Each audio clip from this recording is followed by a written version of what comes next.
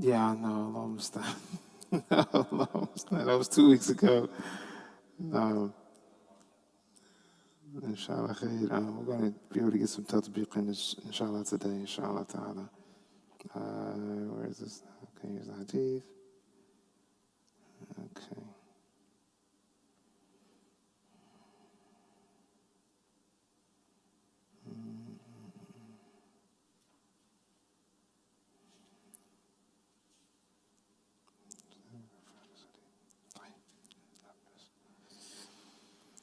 بسم الله والحمد لله والصلاة والسلام على رسول الله وعلى آله وصحبه أجمعين رب اشرح لي صدري ويسر لي أمري واحلل عقدة من لساني يفقهوا قولي. Assalamu alaikum wa rahmatullah, brothers. We are now in الدرس السابع. We are now in the 7th lesson from our lessons on morphology. So we have this lesson remaining, and then inshallah next week will be our final lesson. And I hope that inshallah ta'ala by this point everyone feels, I don't know if comfortable is the right word, but at least more, maybe, I don't know what's the right word, maybe everyone feels like they're a little bit more introduced to what's out there. And it's really been kind of like a mind game trying to figure out how to end this course, because usually when I teach morphology, and I've said this maybe a few times over the last few weeks, I usually start with a completely different book. Instead of doing Matan al-Bina, I'll do this book. And this book is basically, it only focuses on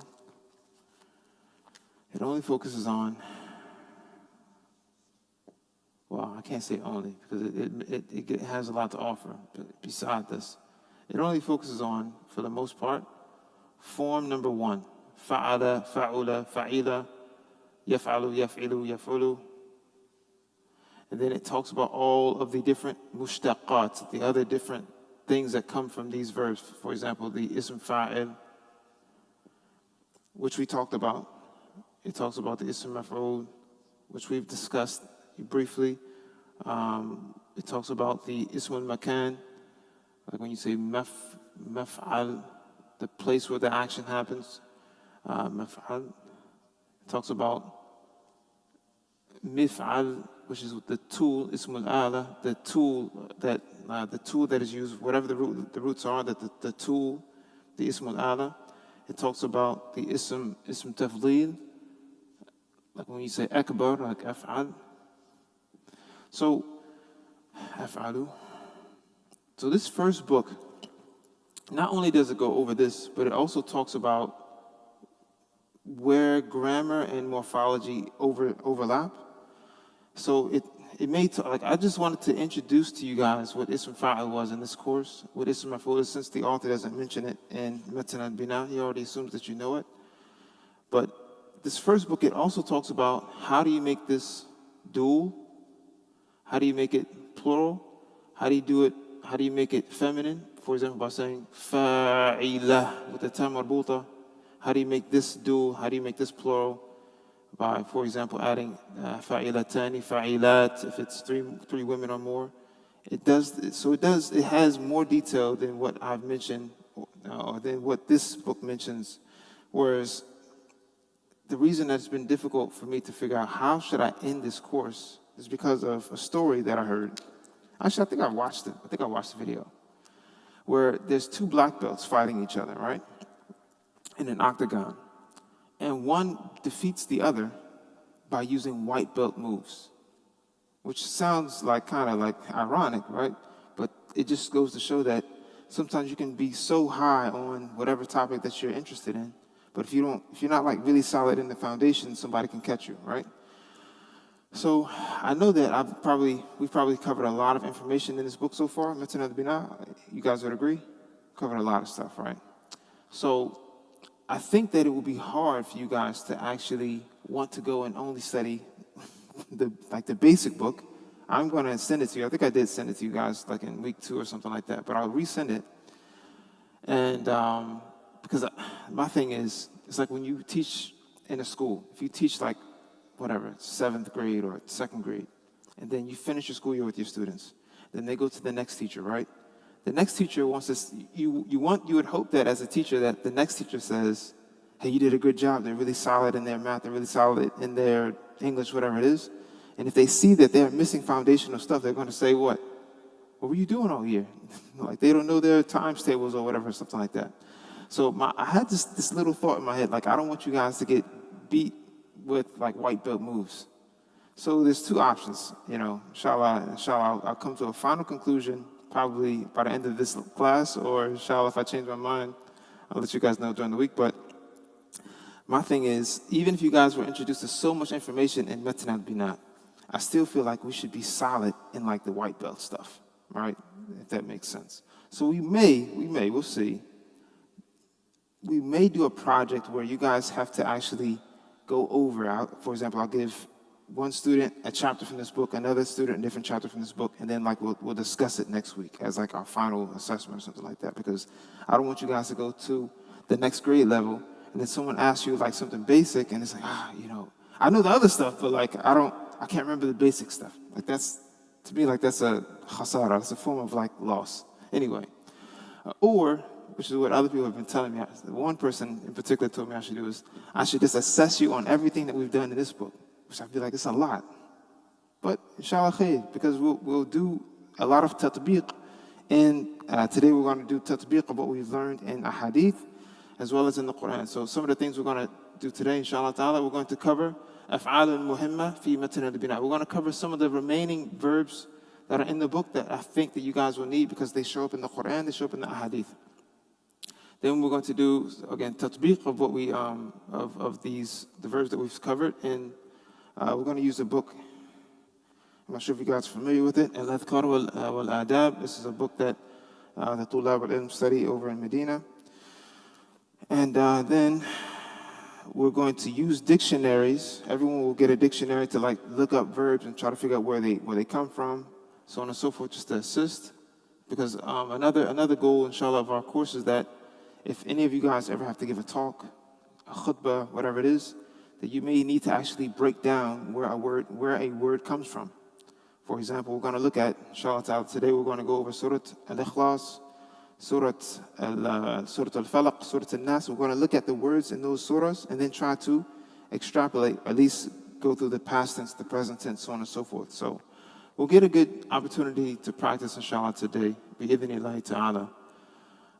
So we're going to talk about also some of the matters of the masail tashtariku fihi as-sarf yashtariku fihi ilm as-sarf wa nahu.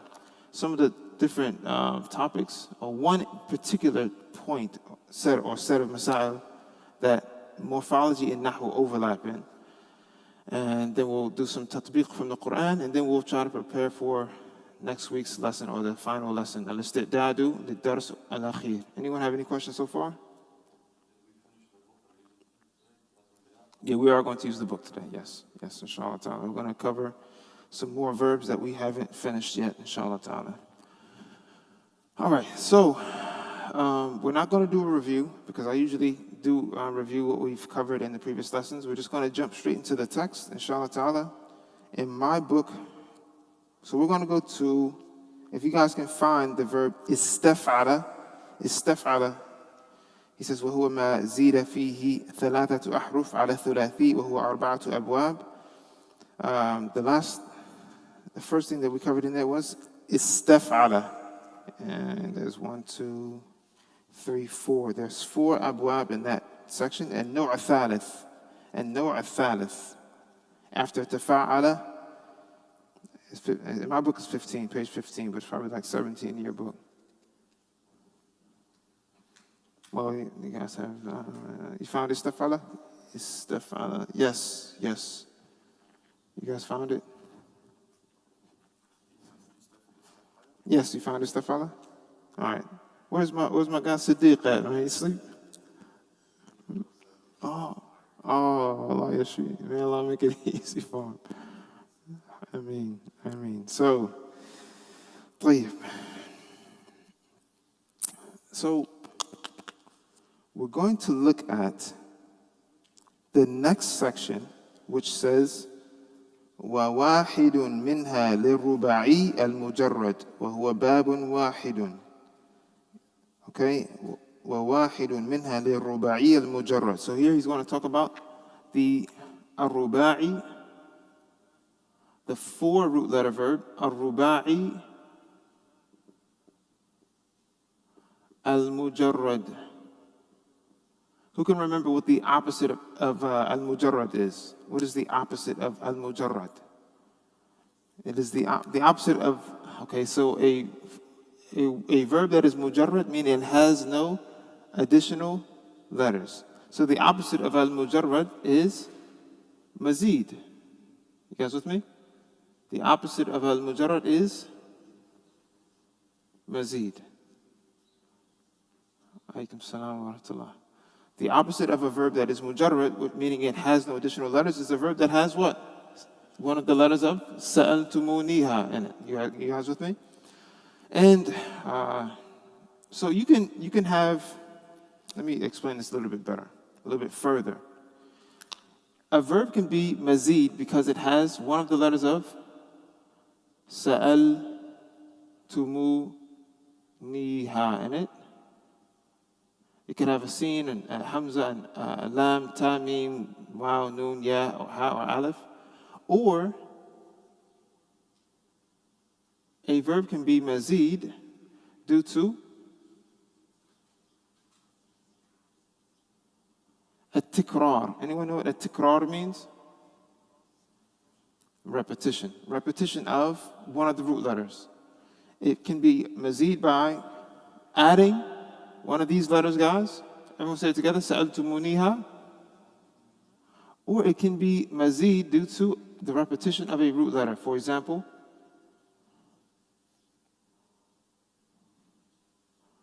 fa'ala,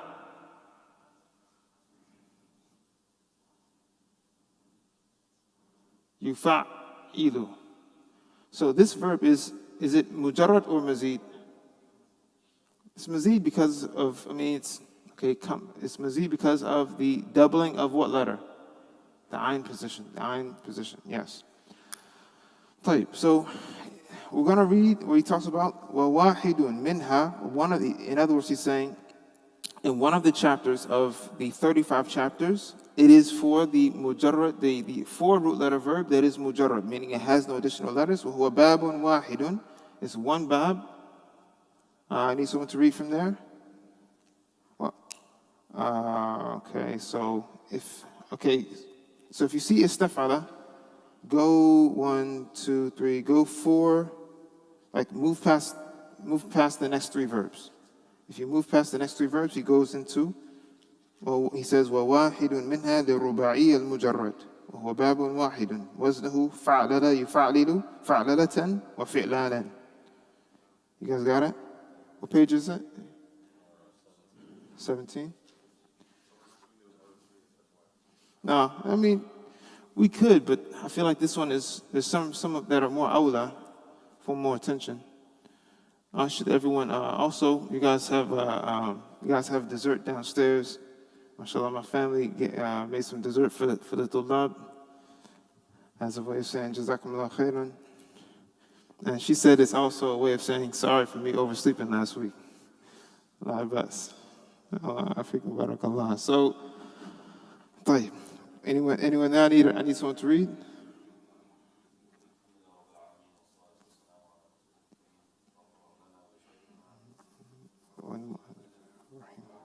Yeah. No.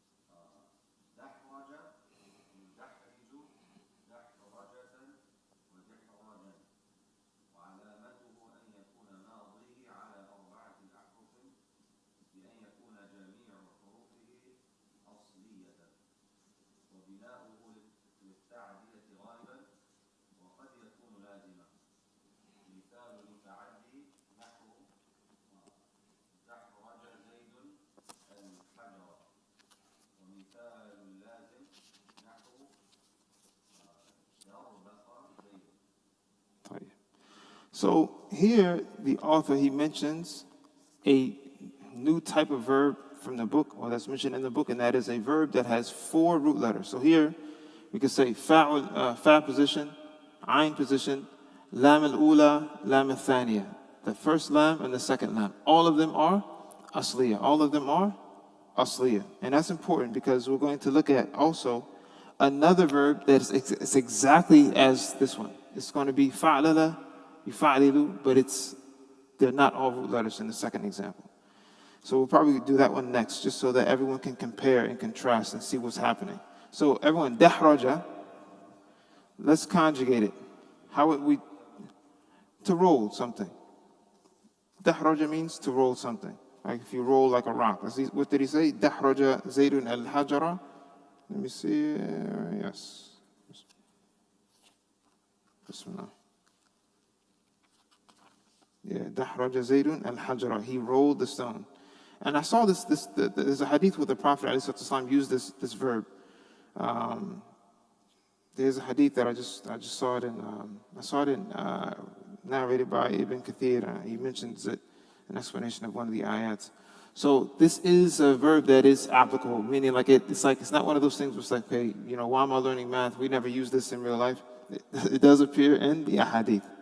طيب, so the point is that there is another verb that looks just like this one. It's going to sound like fa'lala yufa'lilu, whereas the last lam will be tikrar.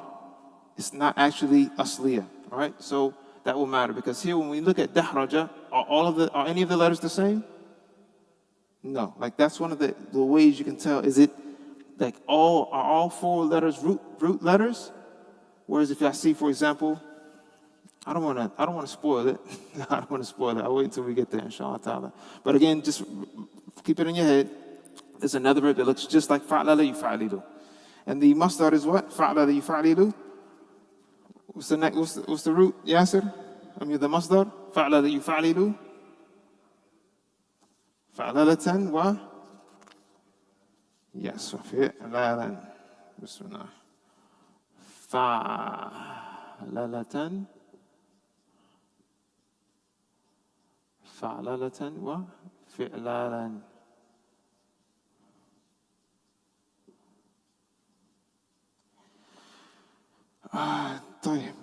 So yeah, let's conjugate, guys. Let's conjugate just so that we can be sure that the skills that we've learned can be applied to any verb that we come across. There's no verb that we can't deal with. All right, unless you just completely go blank. All right, let's conjugate in the past tense. Dahrajtu. What's next? Dahrajna. Dahrajta. Dahrajtuma. Dahrajtum. Dahrajti. Dahrajtuma. Dahrajtunna. Dahraja. Dahraja. Dahraju. Dahraja. What's next? Dahrajat for hiya. Dahrajata. Dahrajna. Dahrajna. If you ever forget, how do you say the dual for they, for 2 women? There's a verse where Allah says, فَخَانَتَاهُمَا. فَخَانَتَاهُمَا. Like the 2 wives of Nuh and the other of Lut, they خَانَتَاهُمَا, like they proved treacherous towards their husbands, meaning they were in disobedience, and the fact that their husbands were prophets didn't benefit them at all. فَخَانَتَاهُمَا. Let me write that out. Khanat. If I say khana means to be treacherous, to not be trustworthy. So khanat means she was treacherous, but Allah said فَخَانَتَاهُمَا.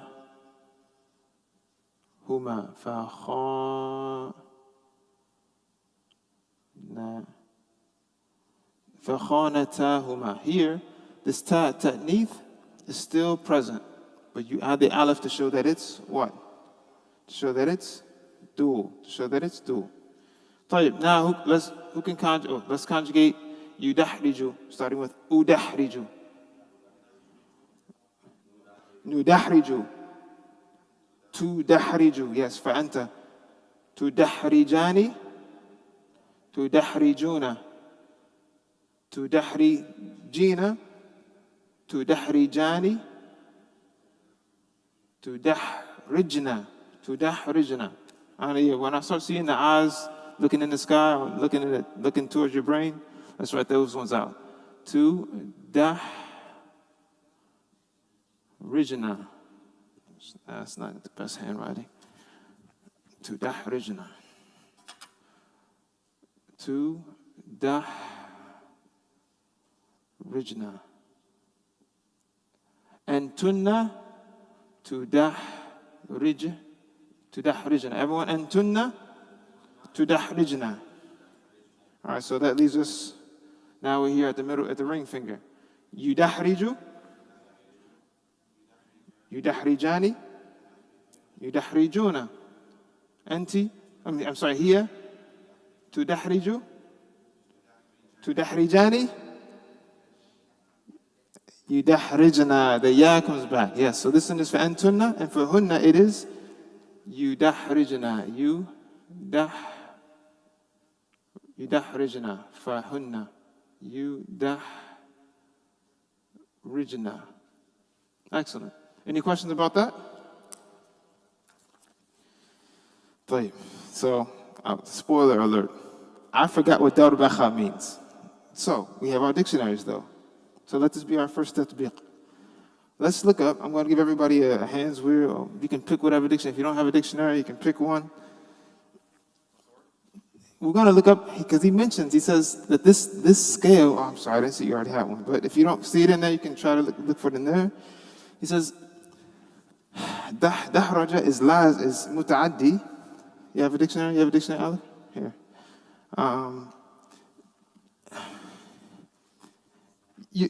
Now the thing is, the dictionaries might not have certain words, or they might. You never know what you'll find. So you have like beginners dictionaries, even in English for like elementary students. Then you have like the big dictionaries you might find in the library. So you may find the verb darbakha, you may not. But you want to look for it in alphabetical order. So first, alif, ba, ta, tha, jim, ha, kha, dal. First you're going to look for dal, dar.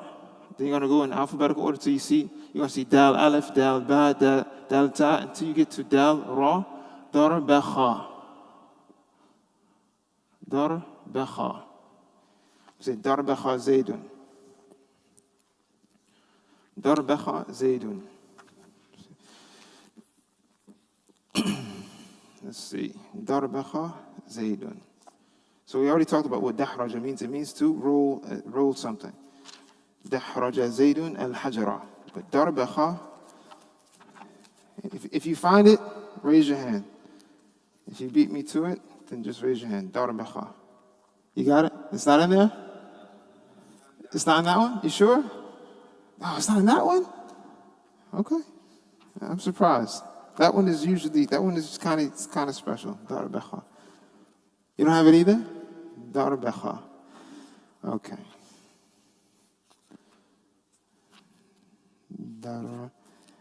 So dal, ra, ba, no. Okay, all right. Okay. Okay, I got it. Darbakha. Okay. All right. Darbakhtu. All right. Darbakha means ta'ta'a ra'sahu. Yani, I think it means to straighten your head. Wa basata dhahrahu. Yani, and to straighten your back. Everyone? Darbakha, it says ta'ta'a ra'sahu. وَبَسَطَ ظَهْرَهُ. Yani, I think it means to basically sit up, to stand up straight, to fix your posture. Darbakha zaydun. Yeah, exactly, right? So, that was his example for al-lazim. Darbakha zaydun. Everyone together, darbakha. Who can conjugate darbakha? Really quickly. Past tense, yes. Darbakhtu. Good. Darbakhna. Anta, yeah, anta. Yes. Darbakhta. Darbakhtuma. Antum darbakhtum. Yes. Yes. أنت دربختي. أنتما دربختما. أنتن دربختن. Good. Yes. دربخ. دربخ دربخا دربخو. Yes. Good. دربخت. دربختا.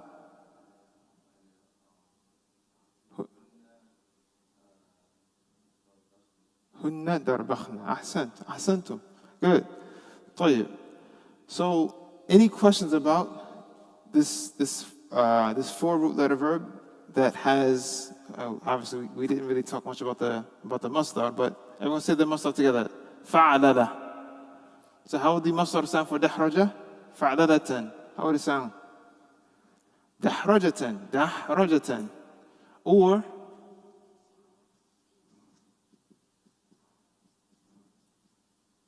Or what's the other masdar? Anyone else? فعلالا. So دحرج يدحرج فعلل يفعلل فعللة دحرجة و you cannot. It has to sound like فعلالا.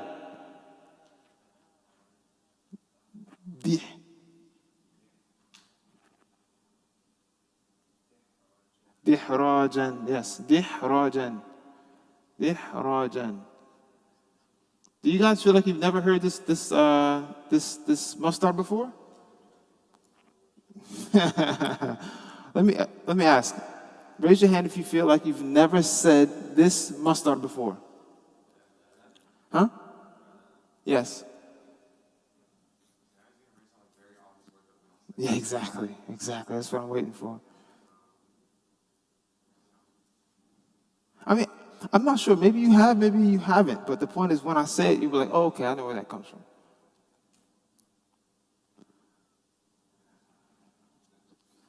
Okay. Zilzal. What do you think that means?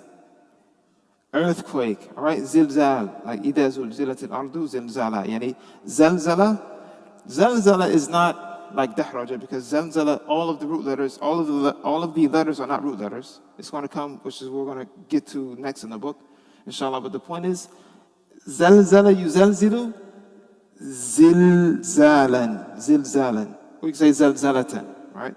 But the point is, we do use this, and inshallah you will see examples of it, I believe, in your studies, inshallah ta'ala. So all of this is applicable, you know. The ones that we skipped, as you can see in the text, yes, you see that you don't really use them much, yes.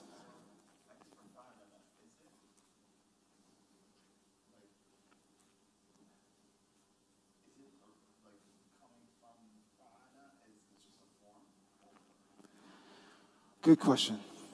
Great question. Okay. Verbs can only have either 3 root letters or 4 root letters. Nouns, you'll find some nouns have 3 root letters. Most nouns have 3 root letters. You have nouns that have 4 root letters. You have nouns that have 5 root letters. And I believe you have nouns that have, are there nouns with 6 root letters? Safarjal. That's 5. I can't remember if the nouns go to 6. But the point is, verbs, the most you'll find is a verb that has 4 root letters. Asliya, and all of them are from the asl. Nouns can have 3, 4, or 5 root letter words. I feel like I can't remember if it goes to 6. Absolutely. Yeah, absolutely, yes. Absolutely.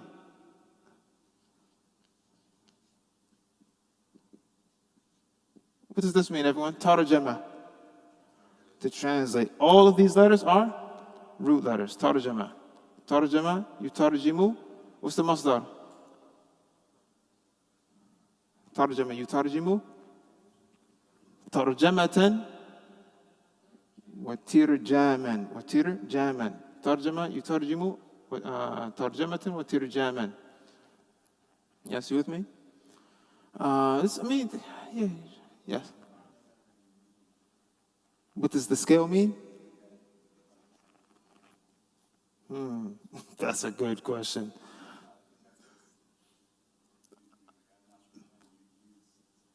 Well, okay. These four root letter verbs, as we can see, they come like, they're nothing compared to how much the three root letter verbs appear in the Quran or in the Hadith, right? So, like all the author he does is say that this scale means it comes lazim and it comes muta'addi, right? He doesn't say like this particular scale, it means that this special thing happens. He just mentions sometimes it's muta'addi in meaning, sometimes it's lazim. Who remembers what muta'addi means? He raised his hand, that's all.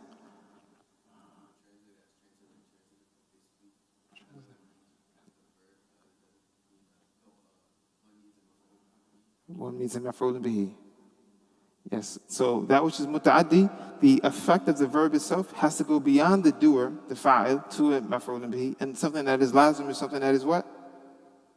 It doesn't. The effect of the verb, it stops at the fa'il, the doer of the action. All right, let's continue because I'm sure I have a feeling that this class is going to go really fast. Let's continue reading. So we finished dahraja. We're going to select a few more from the text, a few more that we're going to get to our next portion, which will be tatbiq from ahadith and adiyah. If we can do adiyah, we'll see. So we did dahraja. What's the next thing? I need someone to read the next section or continue, Sheikh Muhammad. Yes. وستٌ منها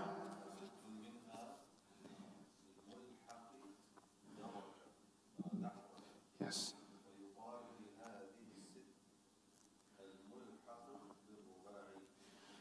So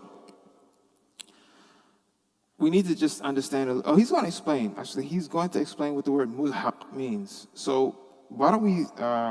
Let's go. I need you guys to understand what mulhaq means ASAP. So here, you guys, you see al-bab al-awwal. Then you see him say al-bab al-thani. Then you see al-bab al-thalith wal-rabi' wal-khamis.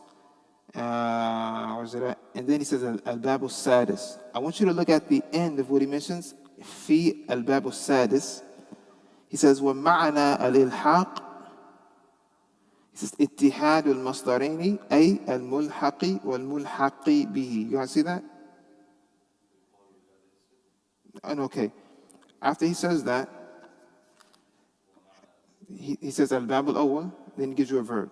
Then he says الباب الثالث, go towards says الباب السادس فعلا يفعلي فعلية فعلية وفعلا, and like at the end of that paragraph you see ومعنى الإلحاق, he tells you what mulhaq means basically. You guys see it? Everyone found it? Because I feel like we need to know what ilhaq means. Page 20. You found it? Yes, sir? You got it? Okay, everybody found it? Okay, good.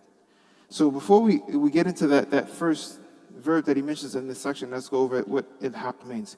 Ma'na al-ilhaq, the meaning of ilhaq, it is the unification of two masdars, right? The unification of two different masdars, right? And he says, in other words, a mulhaq and a mulhaq bihi. It's really not making it super clear, but let's just say, I'll have to go to an example from grammar so that inshallah it can be clear. Here we have the word fa'il, right? Everyone together, fa'il. Fa'ilun. Which means someone who's doing something, right? If I want to make it three men or more, how would I say it? You guys remember? Fa'ilun. I would have to add the waw and the noon. So I'll say fa'ilun.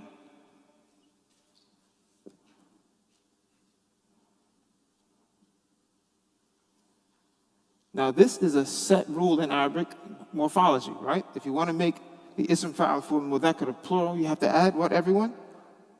Un. But what about the word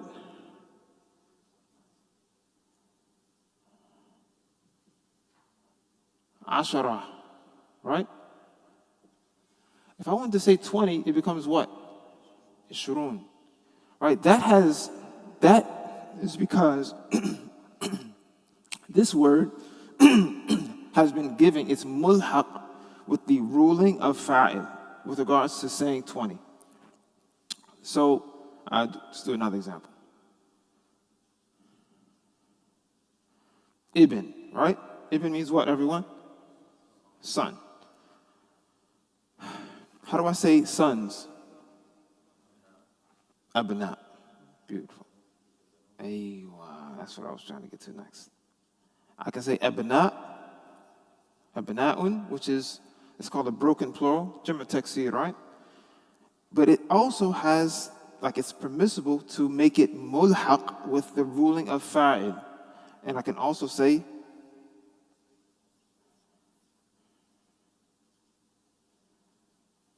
banuna. Basically, I give it the same ruling as what we see in fa'ilun. You guys with me? So mulhaq, it basically means that something can, like, it kind of takes the same kind of ruling as of another thing. And another, like, that's one other way of describing it. And Allahu A'lam. So you guys got it?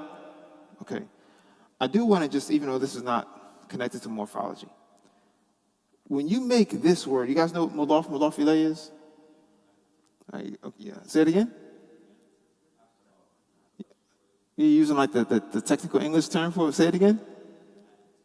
Oh, I thought you said like the big academic word for like idafa. Okay, good. Yes. So in Arabic, when we say Rasulullah, for example, right? If I wanted to make this mudaf to something else, I have to drop the noon. So then it becomes Banu Adam, for example. The children of what? Adam. Because some people, they don't know. When they see Ya Bani Israel, they don't know what they're looking at, right? Ya Bani Israel. Huh? No, I didn't want to write that because it's not really connected to like, what we're doing. But the point is, when people see Ya Bani Israel, sometimes they don't know what they're looking at. So the origin of Bani is what? Banina. Because I can say fa'ilun, I can say fa'ilina, right? I can say muslimun, or I can say what?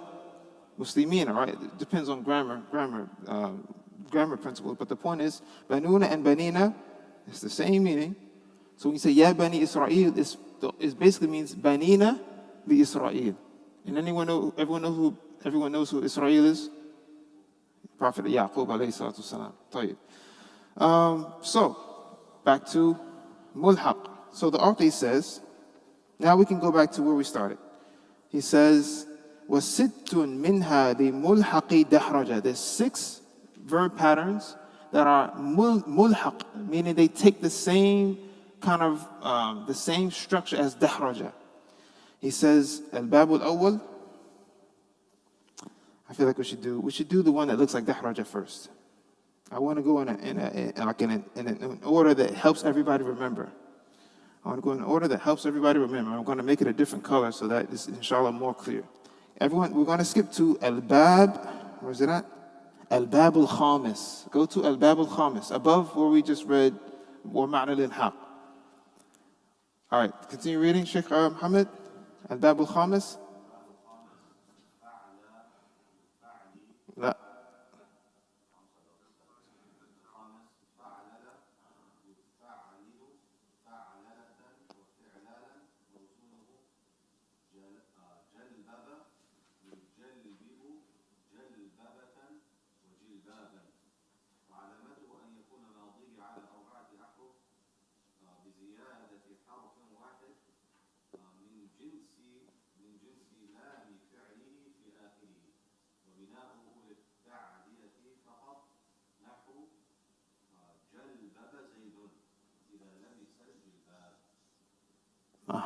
So when we look at, I'm just gonna jalbaba. Who can tell me what the extra letter is? Based upon what he just said. Read it again, guys. He says, wabina'uhu. I'm sorry, not where he says wabina'uhu. He says, wa'alamatuhu. And its sign, the sign that you're looking at, a verb that is on this scale, is that an yakuna madi, that the past tense would be ala arba'ati ahruf, that it has 4 letters, bi ziyadati harfin wahidin, with one additional letter, min jinsi lami fi'lihi fi akhirihi, that comes out of the first lam. So basically what he's saying is, This lamb, at the end of fa'lala, it spawned out of the first lamb. Whereas the lamb here, everyone, did it spawn out of something else, or is it asliya? This is asliya. This had all of these are root letters. Whereas in this one, this mulhaq bi fa'lala, the one that is associated or it takes the rulings of fa'lala, this lam is ziyada. You guys with me? So again, if something is mazid, it could be mazid by having one of these letters, or it could be mazid bi at-tikrar, bit-tikrar. Whereas something, some letter, like, it generates the same letter, or it's double. Type jalbaba, he said jalbaba means what? Jalbaba zaydun, it means that a person, he put on a jalbab. Yeah, I know, it sounds weird, right? I know Moroccans use it a lot more clear. A man can, in Morocco, they say jalbaba, meaning like the person put on a thobe. They call it jilbab in Morocco, am I correct? Yeah. Anyone from Morocco? You guys from Algeria? You guys are close. You guys say the same thing, right? You guys from Morocco? Oh, okay. I thought you guys, mashallah. You guys speak, Moroccan Arabic is tough. Wallahi, it's tough. It's tough. It's tough, mashallah. I had a roommate from Morocco, mashallah, in Medina, and yeah, that was a whole different category. Sorry. So, jalbaba, yujalbibu, jalbabatan wa jilbaban. Any questions about that? We can conjugate it if we need to. Do we need to? Let's practice. Yeah, let's practice. Sorry. Let's go. Jalbabtu, jalbabana, jalbabta, jalbabtuma, jalbabtum, jalbabti, jalbabtuma, jalbabtunna, jalbaba, jalbaba, jalbabu. What's the last one? Jalbabat, jalbabata. Close. I heard jalbabana, jalbabana. Any questions about this? Anyone still feel kind of, I need some more practice with my conjugation? Good? All right, so, Yasir. Do you guys practice at home? Do you guys practice with each other? Not really? That's okay. Well, I'll say this, not to scare anybody. Inshallah, next week, you might have to talk. But here's the deal, though. We're going to turn the camera. No cameras next week. No mic. It'll just be us, inshallah ta'ala. No one's going to see you on YouTube, inshallah ta'ala. But you probably will have to get up here and say a little bit. Give like a little mini khutbah on what a word means. That's everybody, inshallah ta'ala. All right, so practice. Tayyib. Okay, so I think that's clear that we have a 4-root letter verb where all the letters are root letters, and then we have a 4-root letter verb, a 4-letter verb that one of the letters is ziyada, or zaid, it was extra. Tayyib. Then,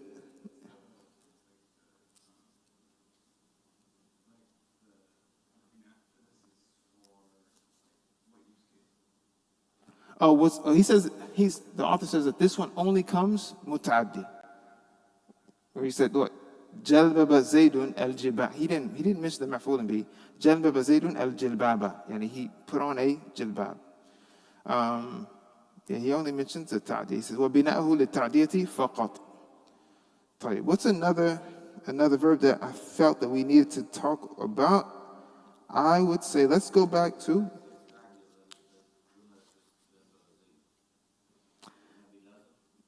exactly, because I feel like I feel like the maf'ul bihi is mahdhuf here. It's mahdhuf. I mean, he didn't mention it. Maybe because it's obvious. إِذَا لَبِسَ الْجِلْبَابَ Wallahu alam. Because, even one thing about balagha is that the Arabs sometimes, it's like when the person asks you, what's your name? If someone asks you, what's your name, what do you say? Huh? Just your name. You don't, but is there something that's indicated that's there, but you don't mention it? My name is, right? So sometimes that happens where, like I said, I feel like he didn't mention the maf'ul bihi because it's like really wadah, it's clear. Because it would be jalbaba zaydun al-jilbaba. But it might sound repetitive because he already said jalbaba. Wallahu a'lam. Anyway. Tayyib. So let's go back to al-bab al-awwal. Al-bab al-awwal. Al-bab al-awwal from this section. Al-bab al-awwal from this section. فوعل يفوعل فوعلة وفيعالا. اقرأ من فضلكم.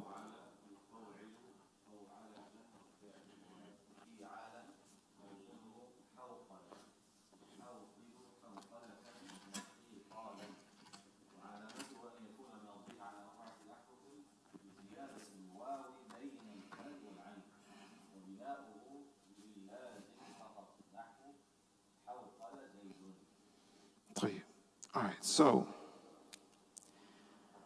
this is a special kind of verb that you will see in Arabic. You will see verbs like this in Arabic. Oh, wait, there's another one. I feel like I should have mentioned that one under dahraja. There's another one that I should have mentioned under dahraja. It's similar to hawqala. Wait, I missed one letter. Yeah, I wanted quick segue to this example. This goes under the section of, what am I doing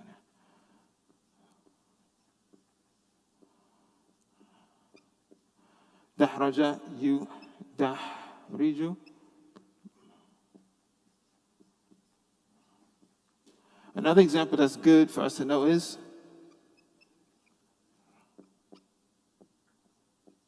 what does that say, guys? What does basmala mean? Huh? Say Bismillah. To say Bismillah. Wait, hold on. Basmala. All right, so what's the mudari'? Basmala, dahraja, basmala. What's the mudari'? That's the masdar. Yeah, you got the right point. So basmala, what's the mudari'? Yubasmilu. I'm together. Yubasmilu. Yubasmilu.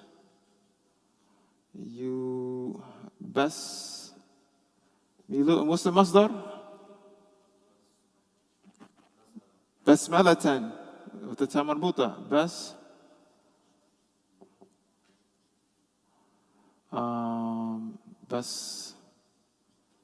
Basmalatan.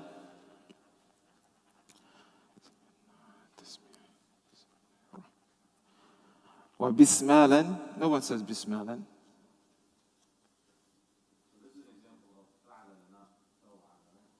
This is an example of fa'alala. Yes, this is fa'alala. Okay? Or bismalan. All right. No one says bismalan. I've never heard anyone say bismalan. Everyone together. Basmala. Yubasmilu. Basmalatan. Or bismalan. Who can tell me the amr? The amr. The fil amr. Basmil. Now, everyone, raise your hand if you've ever said that to somebody. Basmil. Okay, you guys don't have kids. It's time to eat. It's like, Basmil. Eat. Say Bismillah before you eat. All right, so the amr would be Basmil. Basmil. And no one would say this. But the prohibition would be what, everyone? La tu basmil. La tu basmil. All right? So again, we said to make the fi'l amr, you have to do what? You have to remove the what? The present tense prefix. Then you have to change the dhamma into a what, everyone? Into a sukoon. You with me? You guys with me? طيب.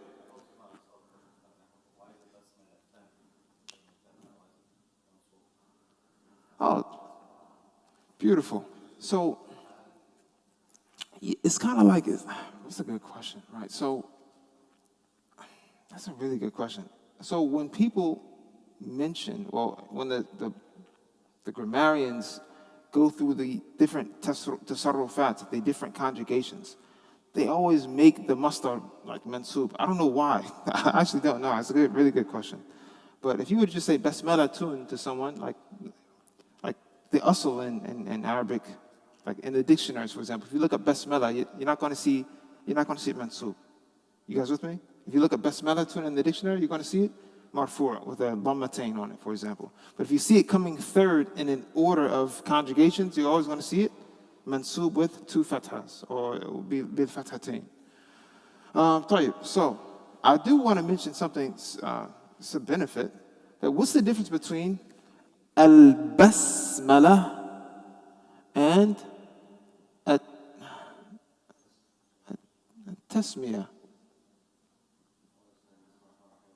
Basmil. Wait, hold on. Basmil. Samillah. I think basmala is when you say Bismillahir Rahmanir Rahim. I said it backwards. Basmala means to say Bismillahir Rahmanir Rahim. Whereas at-tasmiyah too comes from Samma, yusammi, and the masdar is tasmiyatan. And anyway, we can do the ism fa'al, but the point is, everyone's got a samma, yusammi, tasmiyatan. Exactly. This is what I wanted to get to. Sammillah. Have you ever heard someone say that? Sammillah. Now that means say,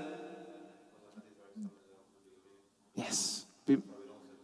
That's why we don't say Bismillah ar-Rahman ar-Rahim when we eat. Yeah. So Sammi means what, everyone? Just to say Bismillah. Was Basmil means Bismillah ar-Rahman ar-Rahim. Sammi means, let me dot that. Just means to say Bismillah. Say Bismillah. Or mention Allah's name. Whereas Basmil means Bismillah ar-Rahman ar-Rahim.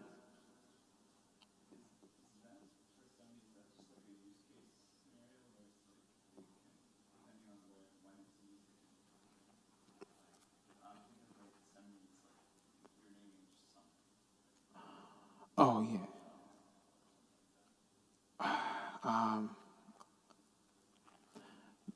Yeah, of course. I'm being biased because I'm using the context that when we as Muslims use it with each other, that usually means to say Bismillah. But can you say, Sami ism al-kitab, yani, say the name of the book. I can say that to someone. Sami ism al-mat'am. Say the name of the mat'am, for example. Yes, so yeah, I'm a little bit biased, that's all. Just using the Islamic context for sure. Any questions about that? So everyone clear about the basmala and the tasmiyah, the difference between the two? Everyone? Okay, yes. Oh.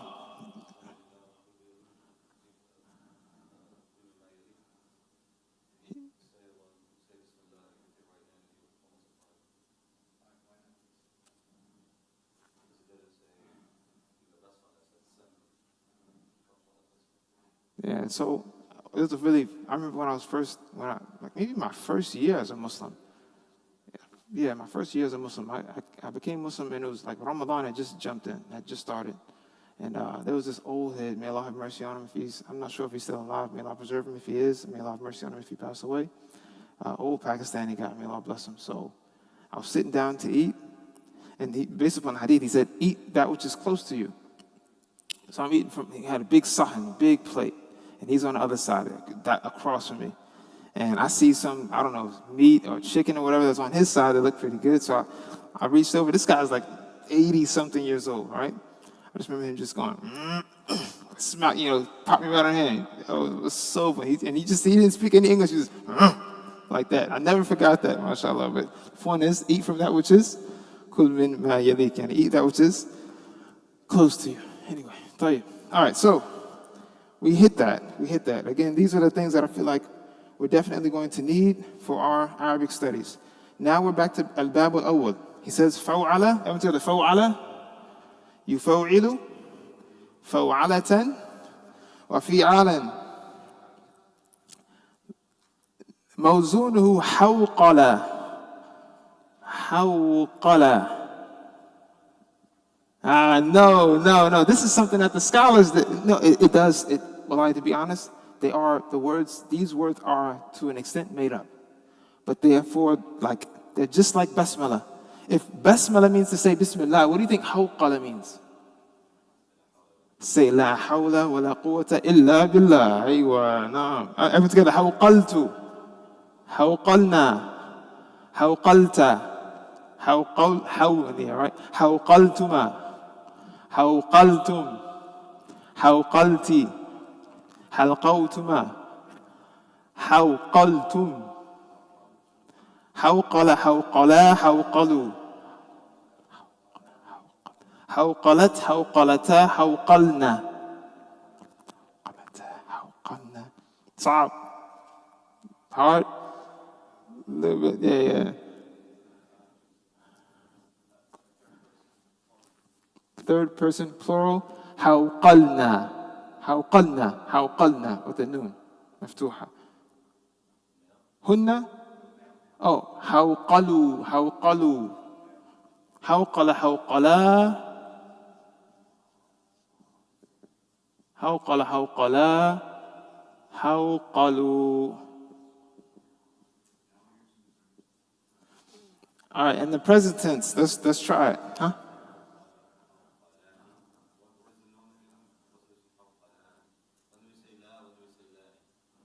When do we say?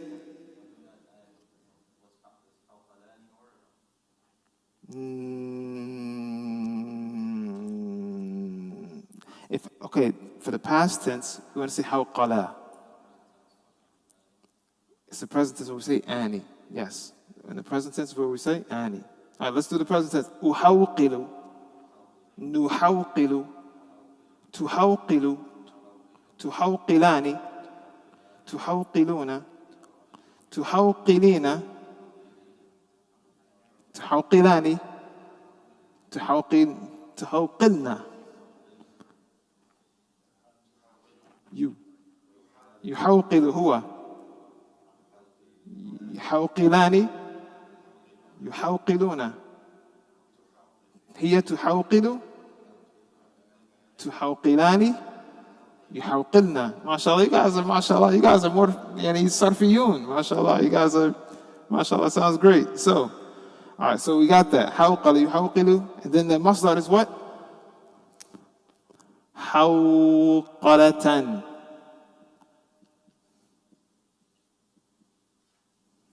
حوقلة, sorry.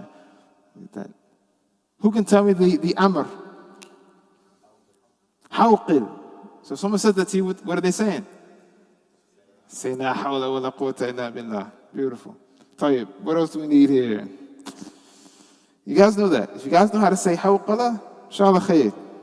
So what else do we need to take? Let's move forward a little bit. Let's move forward past al-bab as-sadis. We're going to go to he says وَثَلَاثَةٌ مِنْهَا بِمَا زَادَ عَلَى الرُّبَعِي وَهُوَ نَوْعِينَ. He says, and 3 chapters, I don't know if you guys find the page, after where he tells you what the ma'na of ilhaq is. Just go to the next section after where he tells you what the meaning of ilhaq is. Go to al-bab as-sadis. It's the next section after al-bab as-sadis. He says, وَثَلَاثَةٌ مِنْهَا بِمَا زَادَ.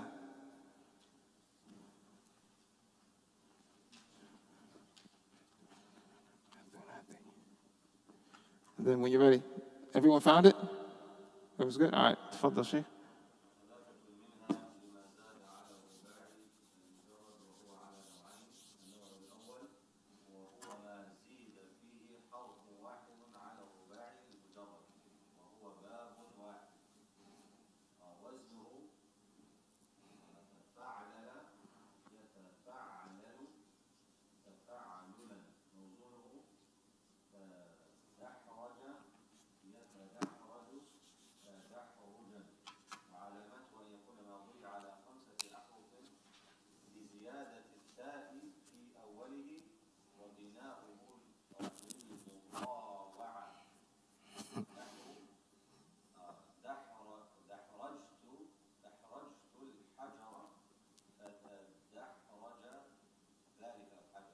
Beautiful. طيب. So, I want to see it. Yes. I was about to say, do you want to translate? I was just about to ask somebody, does anyone want to translate this? So I've been translating, so I want to see if anyone else is catching on. تفضل.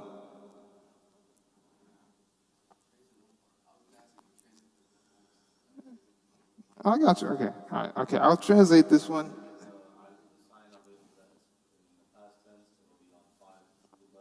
No, just 5 letters. Yes. Yeah, Allah. Remember you asked me, what's the difference between fa'ala and tafa'ala? And I was like, I got jammed up because I remember I told you that I remember learning this in English. The relationship between it that they taught us in the book that we had is that the relationship is reflexive. So, allama, to teach, ta'allama is to study or to learn. You guys with me? Fa'ala, say with me. Fa'ala, tafa'ala. خيركم من تعلم القرآن وعلمه. So you can see that there's a relationship between learning and teaching. تعلم and علم. To learn or to teach, right? So the relationship is reflexive. What does that mean in Arabic? What's the word for that? The word for that is al-mutawwa'a. But the reason that it never clicked to me that this meant this is because what are the root letters of mutawwa'a? Tawa, which means what? Compliant. Oh, that's a good translation. I kept thinking about obedience. Ta'a to Allah, right? وَمَن يُطِعِ اللَّهَ وَرَسُولُهُ, so on and so forth. The reason that this translates as this, oh Allah, is crazy. This happened yesterday, right? Raise your hand if you've heard the hadith where the Prophet ﷺ said, يَسِّرُوا وَلَا تُعَسِّرُوا. Make things easy and don't make things hard. وَبَشِّرُوا وَلَا تُنَفِّرُوا. And give people good tidings and don't تُنَفِّرُوا. Don't make them run away, right? So don't make morphology so hard that everybody just quits after day one, for example, right? There's another narration where he says to Mu'adh ibn Jabal and Abu Musa al-Ashari, before he sent them to Yemen, he said, يَسِّرَا وَلَا تُعَسِّرَا. Make things easy for the people there and don't make things difficult for them. And then he says, it was crazy. I just read this yesterday and I was like, this is crazy. He said, وَتَطَوَّعَ we're not deviating from the lesson, but this is, I feel like we're definitely, I didn't expect to talk about this. وَتَطَوَّعَ وَلَا تَخْتَلِفَا. So I've never heard this narration until yesterday. وَلَا تَخْتَلِفَا. And he says, on top of make things easy, the two of you. He said, the two of you don't make things easy, and the two of you don't make things hard. He said, and the two of you, تَطَوَّعَ. Is this mufrad, muthanna, or any jama? Is this singular, dual, or plural? Huh? What do you say?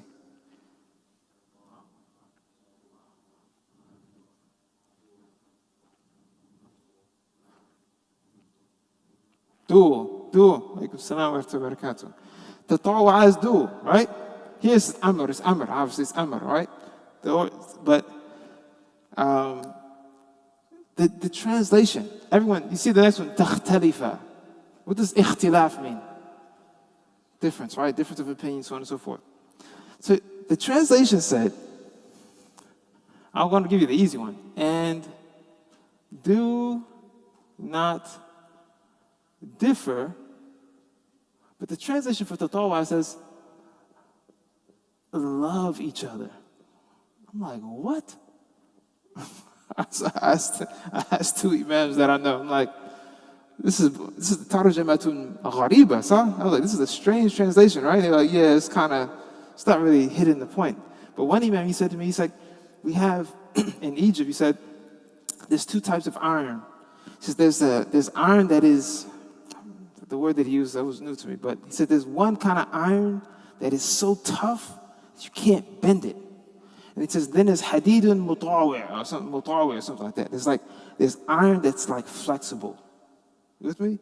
So now you see mutawa reflexive, like there's some flexibility. There's I obey you, I comply with you, you comply with me. You guys got, because this is on the scale, or mutawa is on the scale of musharaka. We said this scale, al-mufa'ala, has like there's musharaka between two parties. There's working together between two parties. Anyway, how do we get here again?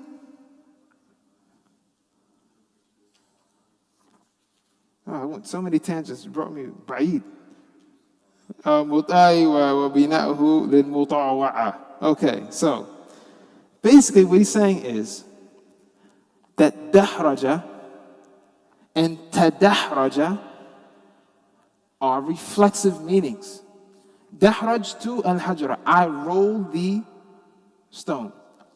But if I wanted to take myself out of this sentence, I'll say tadahraja al-hajaru, the stone rolled. You with me? It's reflexive. Like the meaning they're related. Like they're in compliance with one another, if we could say it like that. Where's it at? Where did I lose it?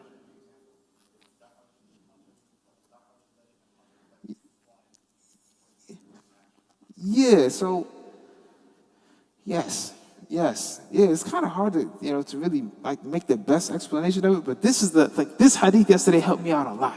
Helped me out a lot. It has to do with like again being flexible. You comply with me a little bit, I comply with you a little bit. So there's like a relationship between what's happening. Anyway, Allah Alam. Hopefully that clarifies that. طيب. So let's conjugate everyone. تدحرج تفعل. Okay, we can do. Let's do تفعل تفعل تفعللت. تفعللنا. You found the page? Okay, we are.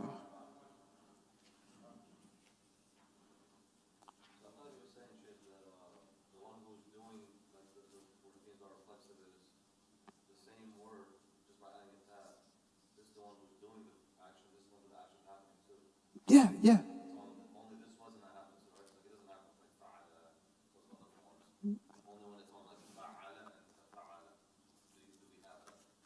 Okay, so.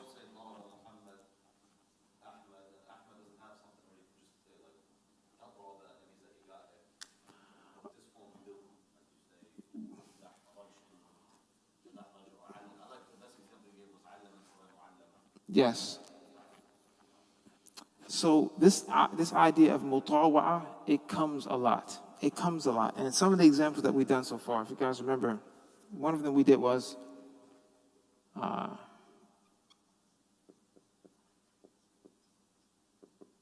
كسر زيد الزجاجة who could finish the sentence? فانكسر. Yes? Oh, he said ذلك. Yeah, we don't need to say ذلك. فانكسر.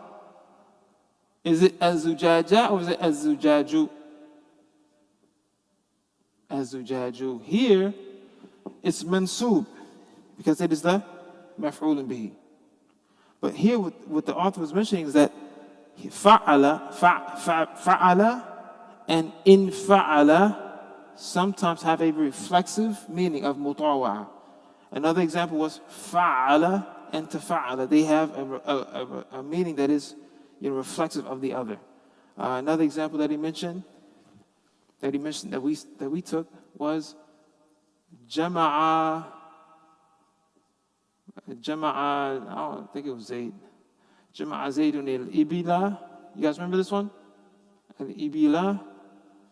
Faj. What? Who can finish the sentence? Fajtama'a. I think it's fajtama'at or fajtama'a. Fajtama'a. Can't remember if it's feminine. Al-ibil. Fajtama'a. Al-ibila or ibilu? Al-ibilu. So, fa'ala and ifta'ala can also have a reflexive meaning. Meaning, it shows compliance. This one from being the maf'ul bihi towards now here, it's not really focusing on who did it. It's only focusing on what's happening with the camels. You with me? Same thing here. What's happening with the glass? Forget Zayd.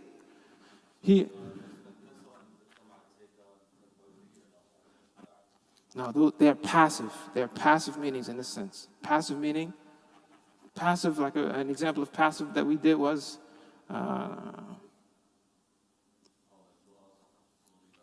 yes, like fu'ila. Like fu'ila would translate as what? Al-fi'l al-bina al-mabni lil-majhul. The verb that is built, the structure of it is built for that which is unknown, meaning you don't know who the fa'il is. Na'ibul fa'il is basically something that is taking the place. So I could say, qutila what?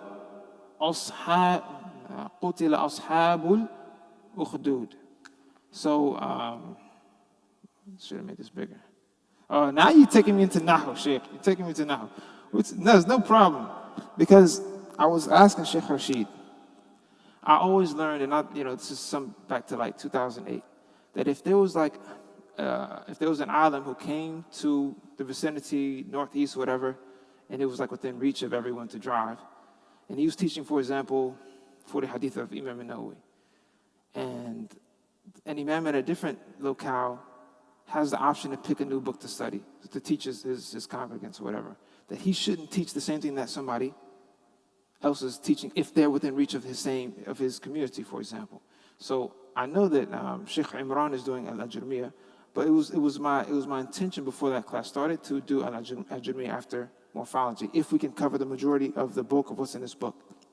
Inshallah ta'ala, I think that we will be able to. Inshallah, we will be able to. But the point is, I'm not sure if I should, if he's doing it. So if we were to do it, and I'm not sure if he's doing an explanation or is he just explaining the matan. Inshallah, okay. Inshallah, we'll see. Inshallah ta'ala. At least give him my salam and let him know that this is like an idea of mine. Allah. Anyway, so if that's the case, inshallah, hopefully we can do Ajurmiyah also, and Allah knows best. But any questions about Al-Mutawa? Yes.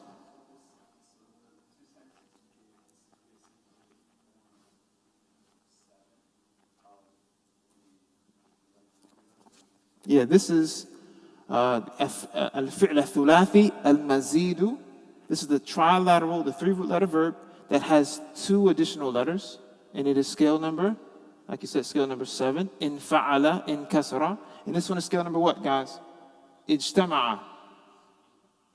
8. Excellent. MashaAllah. Good. 8. Ijtama'a. Don't worry, if you're not sure, we're going to do some tatbiq with these dictionaries, inshallah. Hopefully we'll get some practice, a good amount of practice today.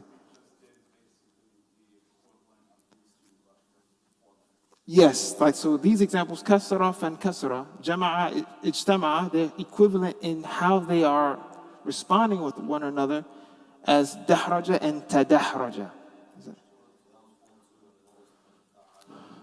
Okay, fa'ala, who can tell me what fa'ala is form number what? 2. Excellent. Fa'ala is form number 2. Tafa'ala is form number? Oh, you guys got to know this. 5. I'm trying my best not to do a test, guys, mashallah, but I think I might have to, man. Yeah, no one's going to come, right? I'll understand. Tell you.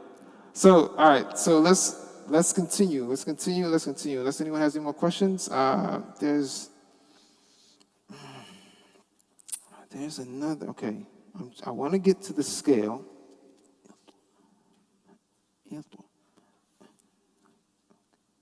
All right, now we're going to skip.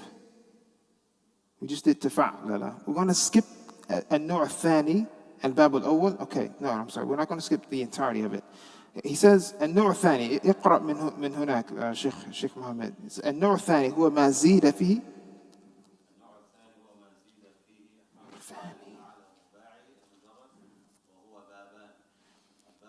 Now we're going to skip this one. We're going to skip this one, guys. We're going to go to al-bab al-thani from this type.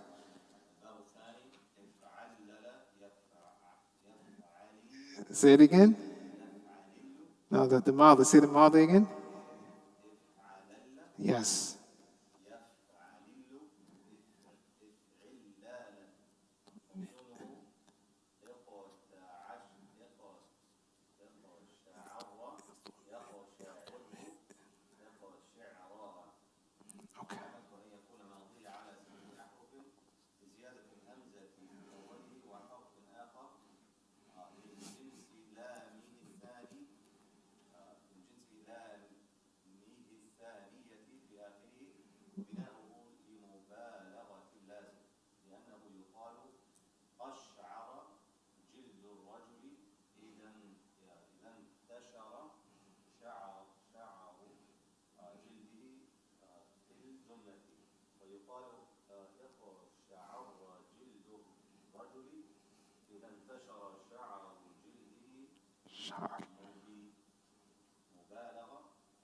مبالغة. Okay. So everyone, let's look at this first scale. If'alalla. Together. If'alalla. If'alalla. One last time. If'alalla. Can we conjugate this one? Who's brave enough to just jump straight in? Try and conjugate it mildly. You think the mild is easy? Let's do it.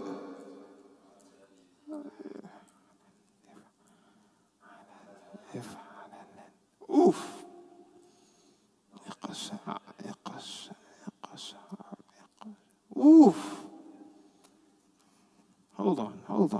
Even my confidence got broken for a second. Oh, man. All right, okay, why am I doing this verb? There's a verse in the Quran where Allah says, تَقَشَعِرُّ. Okay, what does that mean? Like, if I remember correctly, the translation is like trembles or like shakes or something to that extent. So why am I doing this? Because this verb scale comes in the Quran. This verb scale comes in the Quran. But actually, my confidence just got broken looking at this guy. All right, let's try to see if Allah. One thing that I know we can do, if Allah, we can definitely do it for the ring finger. If Allah, if Allah, if Allah. The only problem I'm going to have is breaking this guy up. Okay, so from Anna, if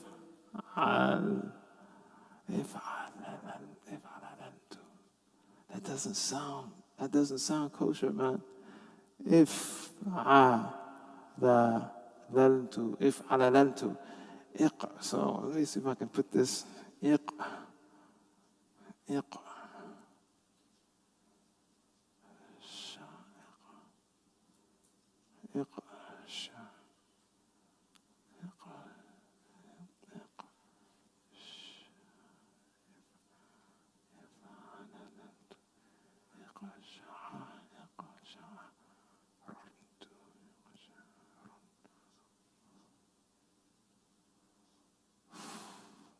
all right.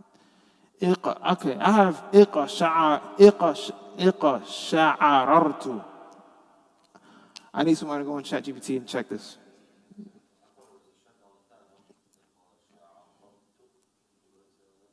Sha'arartu. Say it again. The shadda on the top? No, the shadda is on the ra in sha'arra. Someone just do ChatGPT. Sha'arartu. Because I know Sheikh Muhammad, he would like take pictures of the board and then he would be cheating, getting ChatGPT to like do stuff for him. Just make sure I got this right. Sha'arartu.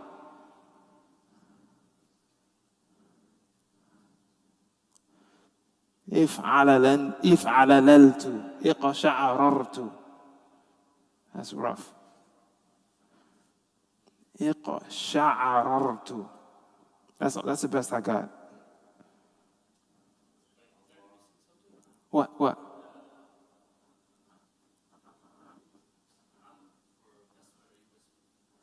The amr is basmil.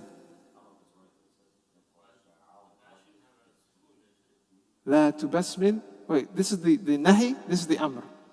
Oh, sorry about that. Why did I do that? Sorry. It's okay? Allahu Akbar. I'm going to iqa sha'arartu. Iqa sha'ararna. Iqa sha'ararta. Iqa sha'ararna. Iqa sha'arartuma. Iqa sha'arartuma. Iqa sha'arartum. Iqa sha'ararti. Iqa sha'arartuma. Iqa sha'arartunna. Iqa sha'arra. Iqa sha'arra. Iqa sha'arru. Who could do the last one? Iqsha'arrat. Iqsha'arrata. Iqsha'ararna. Iqsha'ararna. So when you have to break this letter up, everyone, it's called in morphology, it's called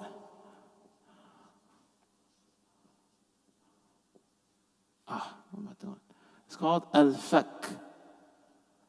When you have to break up something that is mushaddada, it is called what, everyone? Al-fak.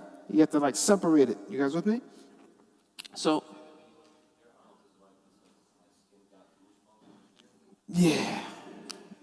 Yes, yeah. Yes. I mean, that's the best translation that I would give, like that your skin trembles or your hair trembles or something to that extent. Yes, or you get goosebumps or something to that extent. Wallahu ta'ala a'lam. Tayyib. All right.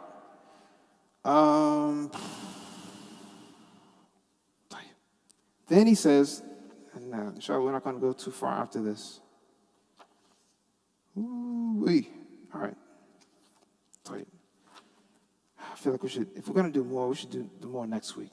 Like we've taken, we might finish a little bit more. Let's do like a few more verbs. Like it says, وَخَمْسَةٌ مِنْهَا لِلْمُلْحَقِ تَدَحْرَجَ. We can do that next week. Like just to make sure we do a little bit of practice next week. What I want to do now is take a break. Downstairs, there's some sweets for you guys. If you guys are into like Cinnabons, yes. Okay, yes.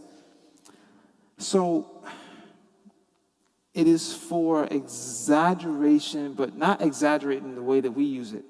It just means like excessiveness. That's a better translation. So if I say, there's a verb that he mentions in this book. We did the verb. It's verb number 9. Verb scale number 9. Anyone remember what verb scale number 9 sounded like? We said it was for colors and for defects of the body. Huh? If Allah. I'm together. If Allah. So if I said iswadda, that it became black, right? Or if I say ihmarra, or someone became red, or something became red. If I wanted to do mubalagha, if I wanted to make the meaning even more excessive in how red it is or how black it is, then there's another scale that he mentioned that we skipped, where it sounds like this. If'al.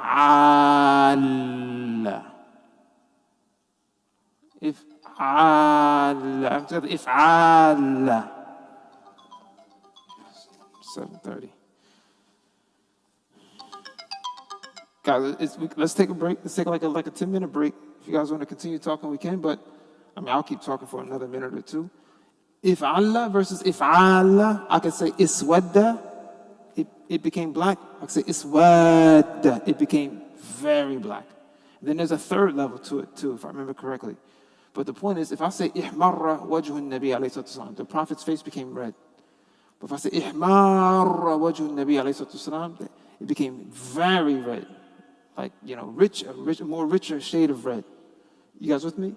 So that is an example of al-mubalagha, like not exaggeration, but excessive in the meaning. So he says the difference between qash'ara and iqasha'arra is that iqasha'arra is more excessive in how much the skin is trembling. It's more excessive. Wallahu a'lam. Because we said in the first class or second class, the principle, kullu ziyadatin fil mabna, who remembers?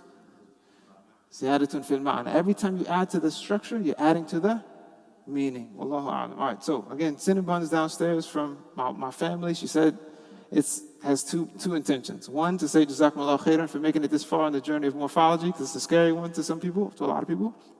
And two, as an apology for me oversleeping last week. So, inshallah, it's fresh. She made it fresh, before Fajr, mashallah. So hopefully you guys enjoy. Inshallah, we'll start again at 7:40. We'll continue, inshallah ta'ala. Then we'll get straight into some tatbiq. We'll bring out the dictionaries. We'll start looking at some hadith, some ayat. Yes. Alaikum salam wa rahmatullah. Oh, you print those out? MashaAllah, man. Yeah. What? Ibyaddat? Okay, you tell me what pronoun is it for? Is it for ana, nahnu, anta, antuma, anti? All right, which one? Ibyaddat. No.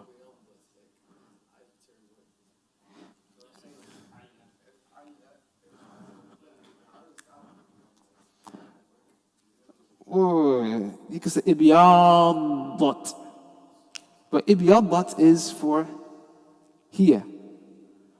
What's the next verse?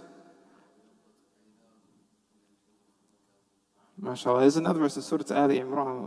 فَأَمَّا الَّذِينَ اسْوَدَّتْ وُجُوهُهُمْ. You know what I mean? So, yes, this one. So the point is that if you hear the ta, then you know that it's for here. Ta ta'nith sakina. It just تدل على أن الفعل مؤنث. It just indicates that the doer of the verb is feminine.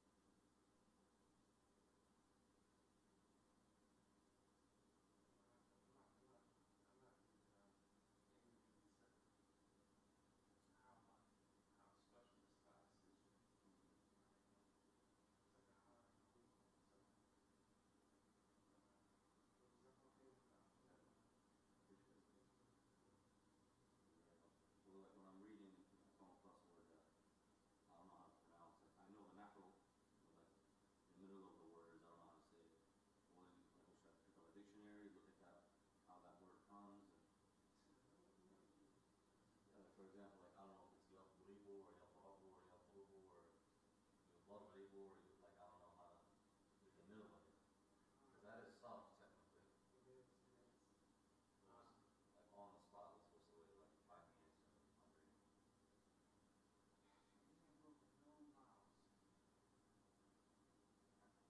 Because we have that a lot, like, sometimes, like, when we stand and argue, like, in class, like, oh, no, it's not like this, or no, it's words like that. And then, like, Sheikh Ali is really good at it. He'll look it up and he'll say, no, this is, like, he'll say, like, فعل يفعل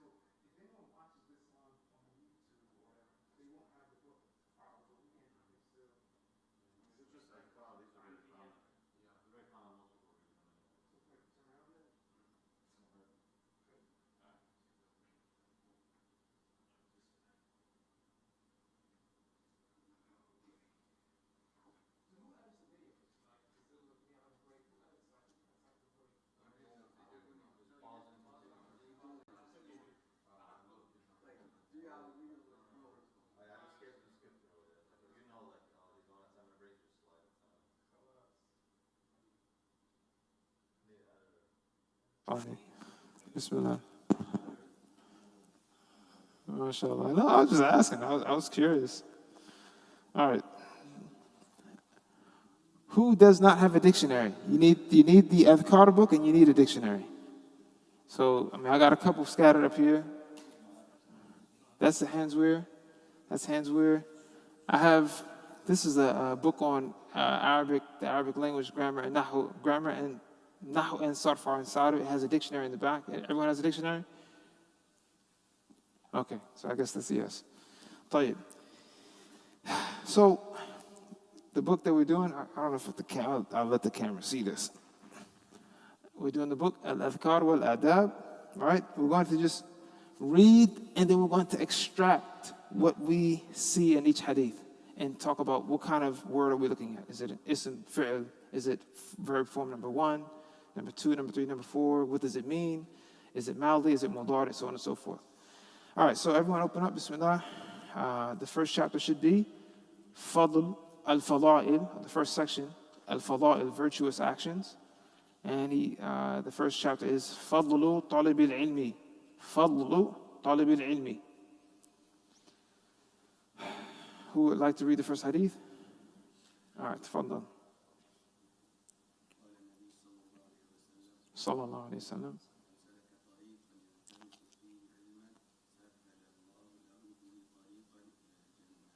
Beautiful. The Prophet alayhi salatu wasalam said, Man salaka. What does salaka mean? Huh? To open? Anyone else? To take, to go on? Guys, look it up in the dictionary that you have. Huh? To escape? Look it up in your dictionary. Whatever dictionary you have, look up salaka. And it's on, while we're doing that, what scale is it on? Is it fa'ila, fa'ula, fa'ala? Salaka is on the scale of fa'ala. Scale number 1. To follow, to travel, to take. Good. So everyone just needs to get used to using a dictionary if you're not really used to it, because one of the deficiencies of our class is that we don't really have a book that we're translating. Like, it would be nice if we had a section of this class for the theory of morphology, and then a section of the class where we actually had like a book that we had to translate or something like that. That would be really cool. But this is good. This is like a great thing to do, to just use the application of it on hadith. And we did Quran last week and the week before that. So Sheikh Muhammad Sufyan mentioned the meaning of sadaqah. Say it again, Sheikh. طيب. Everyone found that? Because the next word we're going to look at is yaltamisu. Yaltamisu. Everyone together. Yaltamisu. Who can tell me the root letters of yaltamisu? Huh? Lamasa? Is it lamisa, lamusa, or lamisa? Is it lamasa, lamisa, or lamusa?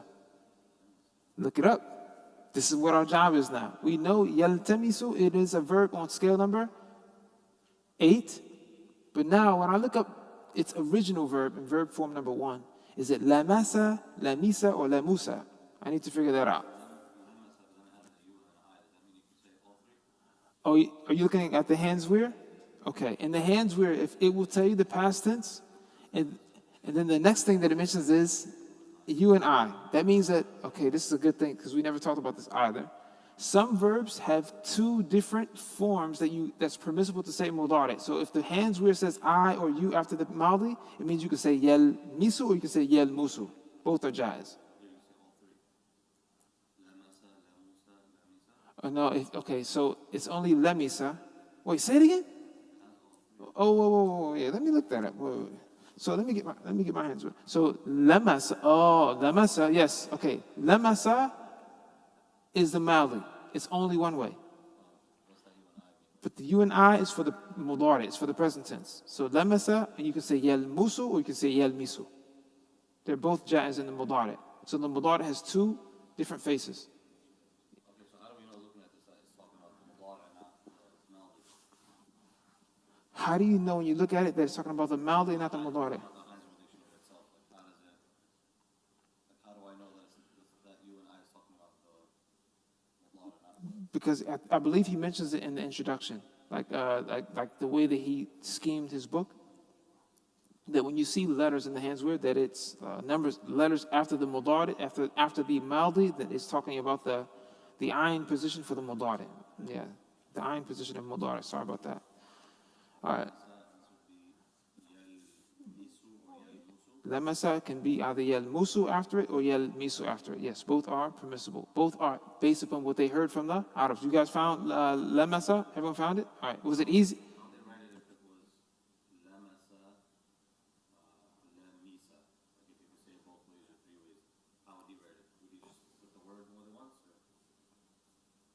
He would. What word can is said more than one way? Maybe we just look it up.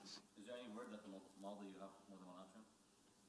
Are there any verbs that the Mali has more than one option? I can't think of one.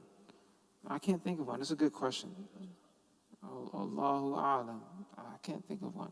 Hasiba, yahsabu, or yahsibu. Even hasiba, the different angles you can do are both for the mudari, not for the Mali. طيب من سلك طريقا يلتمس فيه علما سهل. Everyone together, سهل. Verb form number what? Number 1, number 2, number 3, number 4. Remember the chart that we did for day number 1? Form number 2. Everyone together, سهل يسهل. What's the masdar? علم يعلم تعليم. So سهل يسهل تسهيل. You with me? I don't want to bug you guys. All right. So whoever goes out on the path seeking knowledge, سهل الله له به طريقا إلى الجنة. Allah will make the path to Jannah easy for him. He will make the path to Jannah سهل, يعني easy for him. All right, hadith الثاني. Let's have a different reader for الحديث الثاني. To seek. Normally means to touch, but here in this context, to seek. حديث الثاني. Yes. تفضل.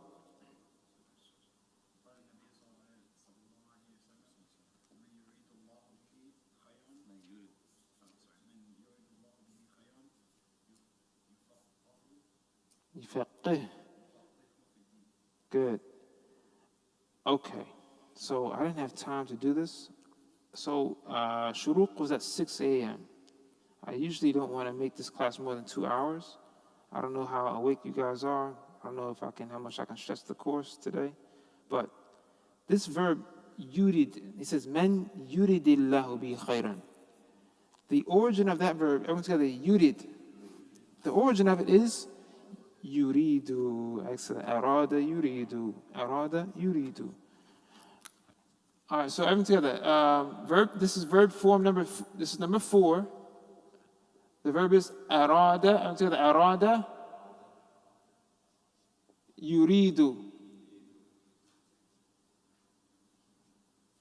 And the masdar is iradatan.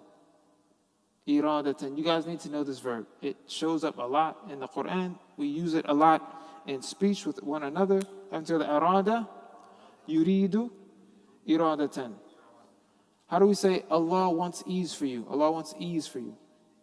Yuridu Allahu bikumul yusra, wala yuridu bikumul usr. So this verb is very important. Let's conjugate arada for the past tense. So it's going to become. Let me put this in my pocket. What am I doing?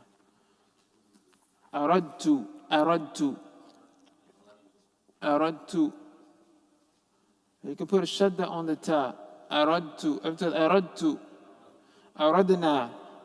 Aradta. Aradtuma. Aradtum. Aradti. Aradtuma. Aradtunna. Arada. Aradu. أرادت أرادتا أردنا. All right, present tense, uridu. I want. Nuridu. Turidu. What's next? Turidani. Turiduna. Turidina. Turidani. Turidna. Turidna, yes. Yuridu.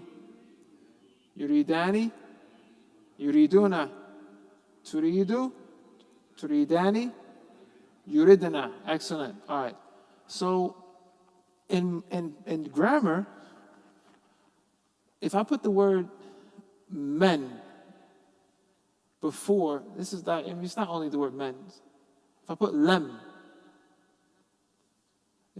before the word, the mudari yuridu, what happens is you end up with two sukoons. And we said that that's a problem in Arabic, right? Because lem will make the verb take a sukoon at the end. So am I going to get rid of the dal or am I going to get rid of the ya, everyone? Sometimes. Like if I say, yes, so men, in this context, it's called a jazm in grammar. It's going to make the verb after it, the mudari verb, take a sukoon. It's going to make it the situation of the verb change a little bit grammatically.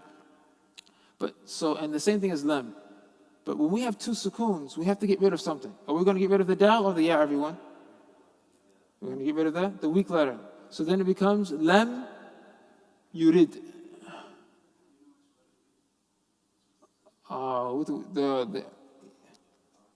Plus, if we get rid of the dal, then the word becomes yudi, right?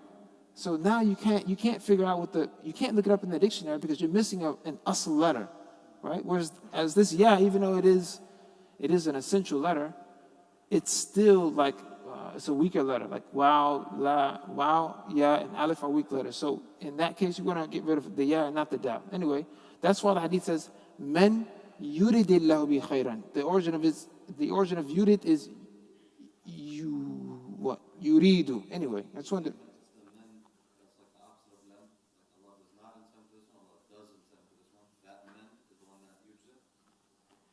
So there's a whole category of words in Arabic that will make the mudari after it jazm. I don't want to get into that today, but the point is, men here it would translate as whoever, right? And men in a grammatical sense, and nahu, men will do jazm of two verbs, and that's why you see the next thing in the hadith says what? Men yuridillahu bi khayran. What happens next? Yufaqihhu. So men has to make two verbs jazm. So that's why there's a sukoon on yufaqihhu. You can see the sukoon on yufaqihhu. And anyway, yufaqihu, and the origin of it is yufaqihu. Everyone say that yufaqihu. What's the maldi of yufaqih? Yufaqihu. Faqqaha. Everyone say that faqqaha. Yufaqihu. What's the masdar?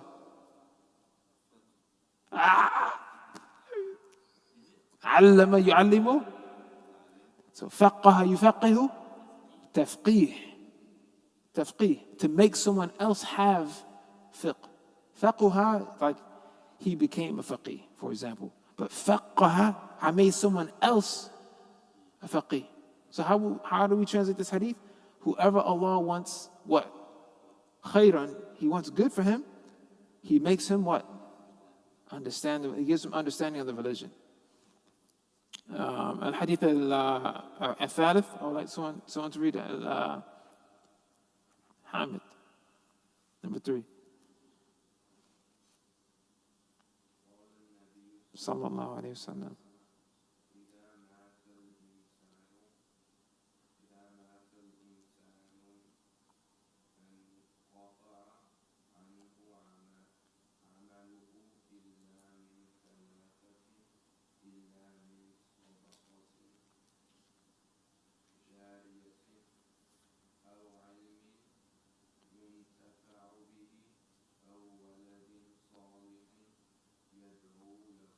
Excellent.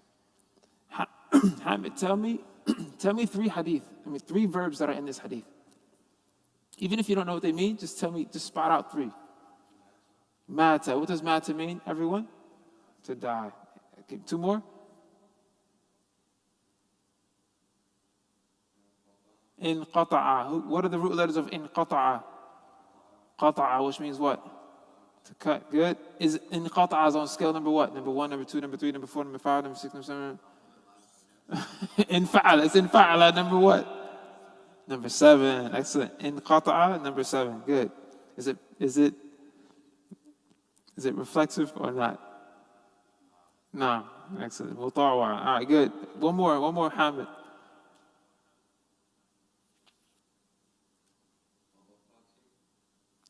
Now, verbs will never take ta marbuta. Verbs will never take ta marbuta. Or tanween. Yeah, for sure. Yes. Ilmin, that's a masdar. That's a good guess. Ilmin is the masdar of what verb? Alima, ya'lamu, ilman. فهو عالم. One more verb. Yuntafa'u. You guys see it? Yuntafa'u. Okay. What are the root letters of yuntafa'u? Yasir.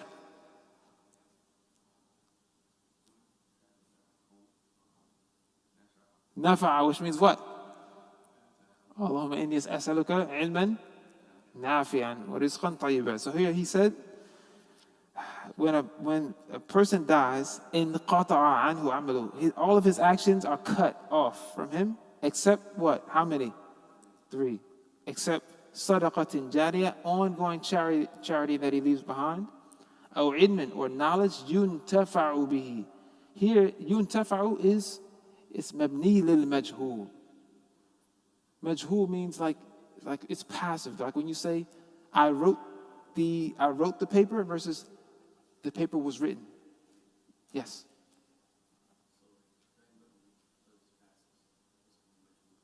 Majhul. What are the root letters of majhul? Jahala, which means that which is unknown, that which is ambiguous, unknown. If I say this, هذا رجل majhul, like no one knows who he is. Like when Umar said, رجل شديد بيرثين ولا يعرفه منا أحد. No one knew who the man was when Jibril came with the white clothes and the black hair. Like he was majhul. No one knew who he was. Okay, so that answered the question? I'll tell you. All right, so yuntafa'u is passive meaning, or you leave behind knowledge that people extract, they benefit from it. أو ولد صالح يدعو له, or a righteous child يدعو له. What does يدعو mean? Huh? To make dua for. What are the root letters? Da'a. Tell me the root letters. Excellent. So the root letters are Dal, Da'a, Dal, Ain, wow, excellent. Da'a, no. All right, so next hadith. Or should we stop here?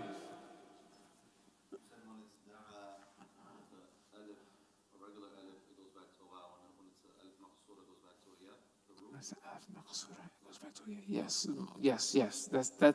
That is a very simplified way of saying it. Yes. Huh?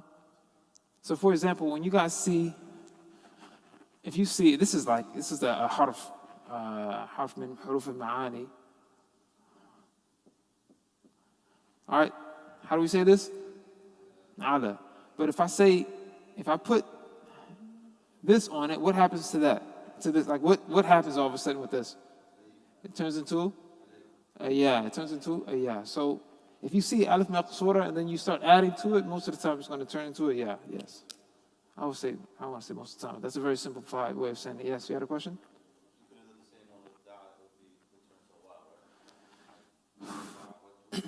Well, sometimes if you see, okay.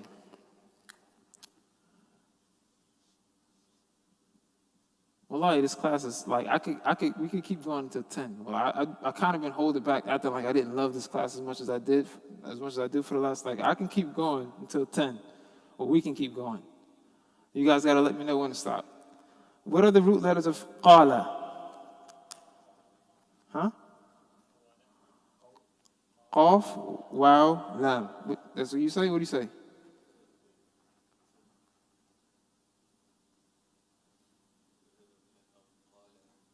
Yeah, like we say qala. I'm sorry, I don't want to say much. Is it qaf? Like what are the root letters? Qaf, what? Qaf, ya, lam.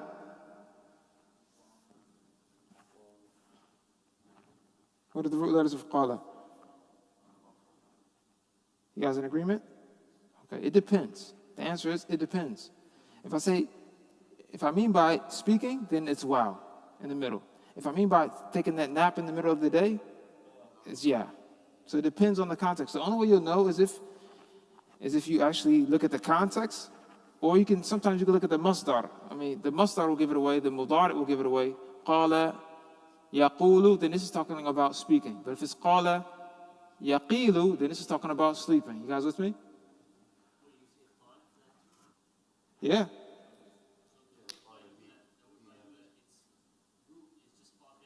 Yeah. No, you would think so, right? You would think so. Qaylula, like qaylula. You would think so. Yeah, that's one of the strange things about morphology. Sometimes you just get these strange ones that come at you, you know. Allah knows best.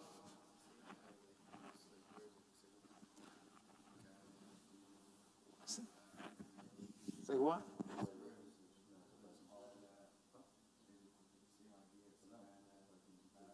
Yeah, they're all ajwaf. Like those ones are ajwaf, yes. I don't know if we should stop here, guys. I don't know. You guys want to keep going? It's okay, it's okay.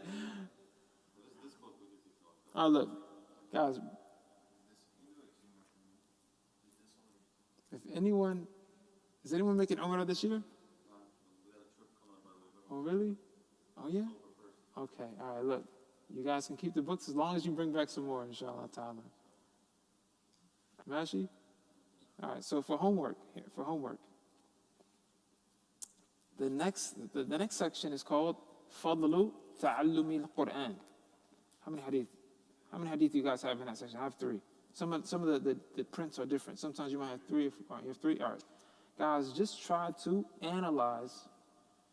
Yeah, let's do it like that. Next week, you guys have to pick one of these hadith and analyze the verbs in them. So, if you pick hadith number, like the one we just did. What I want you guys to do next week, you guys have to get up here. I'll turn the camera off. If you guys don't like being on in front of this fitting the camera. All right, so you're gonna do the same thing that we did for hadith number 1. You're gonna say salaka. For my hadith, I picked hadith so and so, and the verb that I'm going to analyze is salaka, yasluku, and I think the masdar is sulukan, fahuwa salik. Like the ism maf'ul is salik, and maybe I'll mention the amr. The amr is usluk. Okay? So you're going to pick a hadith, you're going to analyze all of the verbs in whatever hadith you pick. Just pick one from section Fadlu, Ta'allumi al-Quran, the section on the virtues of the Quran. Just analyze the verbs that you find. And then you guys will have to get up here and present next week, inshallah ta'ala. Alhamdulillah, nobody looks scared.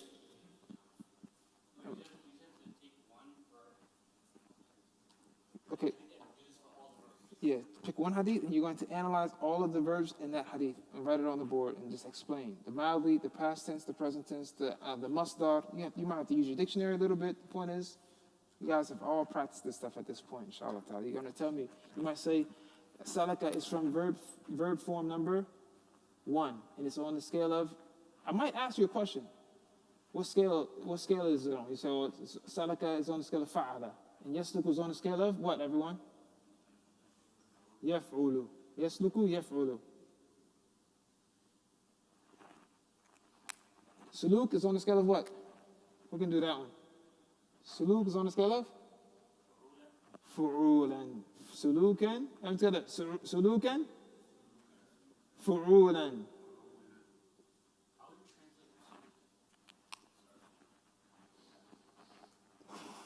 Yeah, right. Usually it comes off as manners, right? Suluk. Suluki. Now that's Suluki. So in Arabic, that's called a nisba. Like when you say America, Amriki. So he's Suluki. Is that his tribe or something? No, he's a African American convert, but I think he chose that name. He went somewhere in Africa. Suluki. He studied in Morocco. He studied the whole Morocco and Africa. If he traveled, maybe he read the hadith, Man salaka tariqan yaltamisu fi ilmin. And then he called himself Suluki, like my path, my journey of traveling. Maybe he got it from that. Interesting. Dang. SubhanAllah. All right. Subhanakallahumma wa bihamdika nashhadu an la. Yes.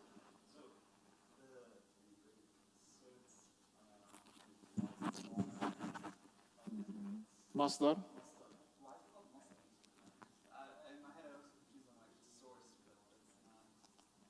Excellent question. You guys heard the question? Why is the third one called the masdar? Now, there's two big major groups of grammar scholars. So you have like different madhabs, right? You have the Shafi'i, the Maliki, so on and so forth. In grammar, there were two major madhabs. They were both in Iraq. One was Kufa, the city of Kufa. The other madhab was in Basra. So one group said the origin, like all of these words that we see, they come from the origin of them goes back to the Maldi, or to the verb. And another group says, no. The origin of these guys goes back to the masdar, right? The masdar here would translate as the source, the place of where something comes from. But there's a big ikhtilaf on, like, are the origin of words the masdar, or the origin of words the fi'l? Makes more sense with the muscle, like in an English dictionary, it's always kind of like the muscle, right? Don't get the verb, but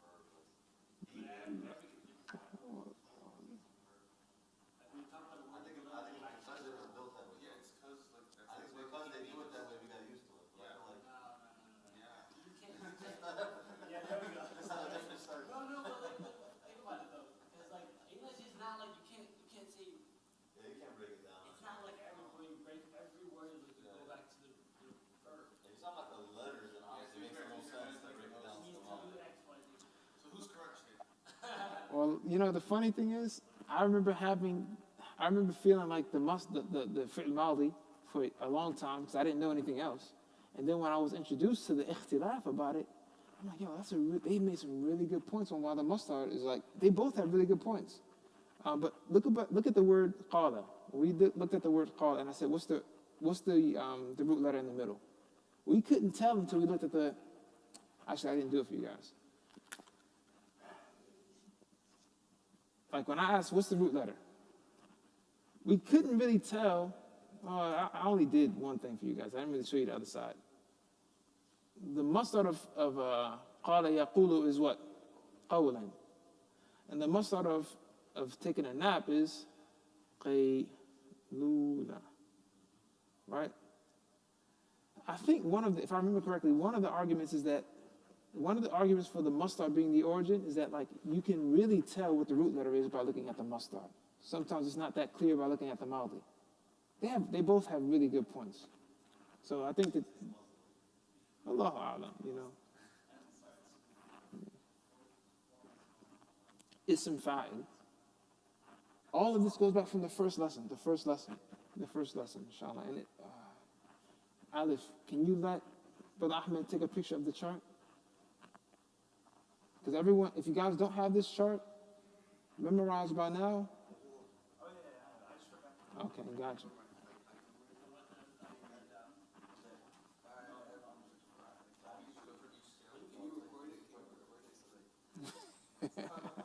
I could, for sure. The best way to get it is to rewrite. Okay, get a piece of paper, write how many tables do you have? How many columns? 1, 2, 3. You have 6 columns. And okay, so you wanna literally draw that out on a piece of paper. Pick a verb that you like, or that you see a lot in the Quran, and you gotta put it on every single scale. So I would literally draw out the whole chart.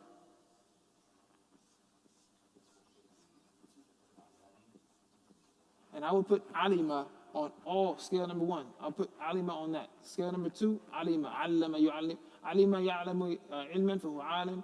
Allama yu'allimu ta'lim fahu mu'allim. Alama yu'alimu. Even if the Arabs don't use number 3, I would still just practice putting alima on scale number 3. Then number 4, a'lama yu'limu i'laman fahu mu'lim. I would put alima on the whole chart. And then I would do that for different verbs until like.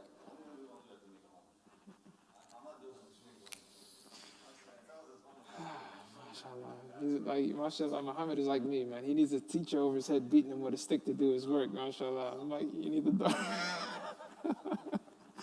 I heard a sheikh say, man, this is not funny. Well, it's not funny. It's not funny. But I heard a sheikh say, he said, some people, they believe you have to teach Quran with a stick. He said, like, and one guy said to him, this is crazy. He said, one person said, I don't even want to say, I'm on camera, bro. I have to take that and stop to listen. It's a crazy story, bro. Yeah, and this thing is fine.